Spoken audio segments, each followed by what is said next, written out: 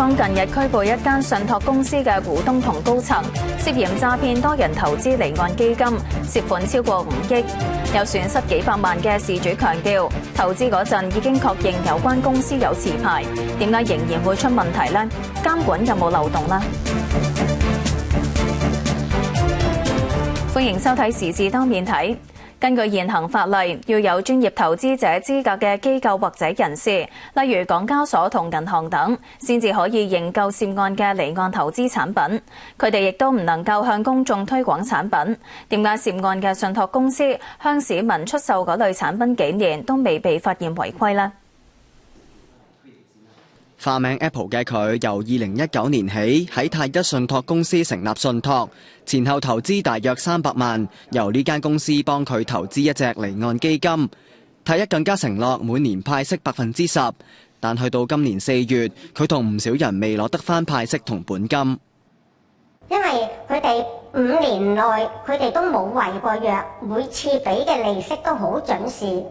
本金亦都好準，比銀行同埋保險咧就吸引啲，咁所以我就放心擺落去，甚至即係我屋企人嘅錢我都擺埋落去㗎啦。現時喺本港提供信託服務，必須申領受託人條例下信託或公司服務提供者牌照。翻查公司註冊處資料，太一信託喺2021年至今年8月持牌，係註冊信託公司。Apple 話太一係透過投資講座或者同保險經紀合作，遊說投資者投資。佢認為自己已經相當了解嗰隻產品。用咗好幾個月咧去調查佢同埋上佢嘅堂嘅。咁我哋都知道咧，即係呢一個咧都係一個有牌照嘅公司，並且係合規合法嘅。佢會講咧，佢用啲乜嘢嘅策略，長策、短策係講得好清楚嘅。咁然後咧就係佢係投資喺環球嘅所有嘅投資產品裏邊，其實我哋唔係買基金，我哋係成立信託，即係由始至終我自己都認為係咁。不過個信託包住咗個信託基金啫。本港唔少銀行同信託公司都有提供信託服務，喺指定年期內為顧客管理資產，之後歸還俾顧客指定嘅人。成立信託亦都需要訂立信託契約，釐定雙方責任同權利等等。同樣喺太一成立信託嘅，仲有化名 Helen 嘅佢。佢話訂立契約嘅時候，特登請教過朋友同業界人士，先至投資大約93萬，但亦都未能攞返本金。咁我就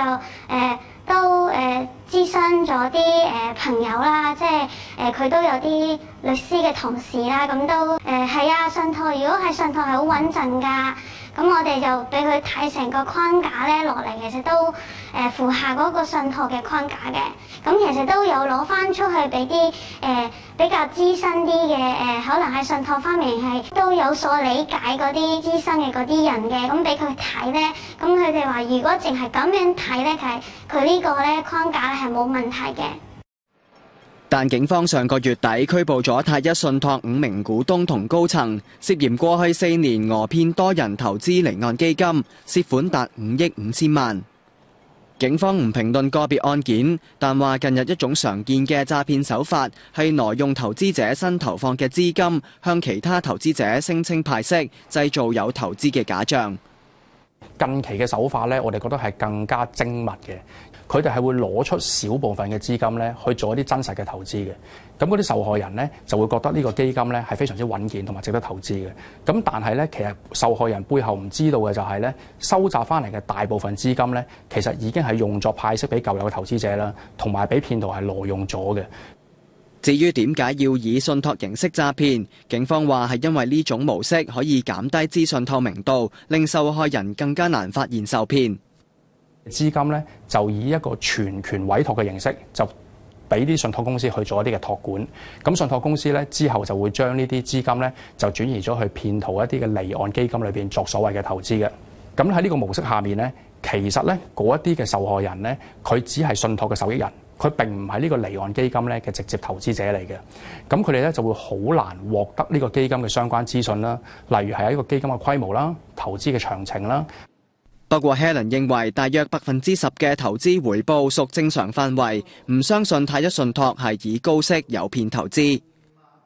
其實到而家為止，我都唔會覺得佢呢間公司話呃緊我嘅，只不過係俾我嘅一個感覺就係，我覺得佢係為咗弱，同埋係違規咗，可能係講緊1年乘20啦、30幾嗰啲咧，嗰啲就會覺得係高風險咯。但係如果你話每個月嘅派息得8%咁樣咧，其實而家坊間好多啲基金都係8%嘅。不過，證券及期貨專業總會指出 ，Apple 同 Helen 購買嘅離岸投資產品，實際上只容許市場上，例如港交所、銀行同強積金計劃等有專業投資者資格嘅機構或人士認購，佢哋亦唔能夠向公眾推廣產品。你冇專業投資者身份，連場外一切嘅金融產品，例如嗰啲場外債券，你都冇得掂嘅。如果講係場外嘅金融產品呢，就應該係由專業投資者去認購啦。專業投資者係要經過一啲評估佢個風險承受能力，而呢啲場外產品呢，唔應該作一啲公開嘅宣傳嘅。根據證券及期貨條例，凡以全權委託形式管理客戶資產，或者成立同管理私募基金，都需要向證監會申領資產管理牌照，先至能夠提供服務。陳志華話，證監會一般都要求持牌人定期提交經營文件。如果有人違規出售場外產品，證監會應該可以查證。一間公司咧就唔好理佢嗰個營運狀況係點啦。佢哋要根據佢哋個規定去交嗰個叫 FR 財政資源嗰個數簿上去俾證監會嘅。咁如果以今次嘅個案嚟講咧，會唔會其實係即係證監會都會可以 check 得到嘅咧？邏輯上係會 check 到嘅，就 check 到佢有幾多客戶喺入邊啊，佢哋個貨嘅價值啊等等嘅資訊喺度嘅。睇唔睇漏咧，我就唔知啦。不過咧，我就知道一定係證監會嘅一個監管嘅範圍嚟嘅。佢指出，即使係離岸投資，過往亦有成功檢控嘅案例可作參考。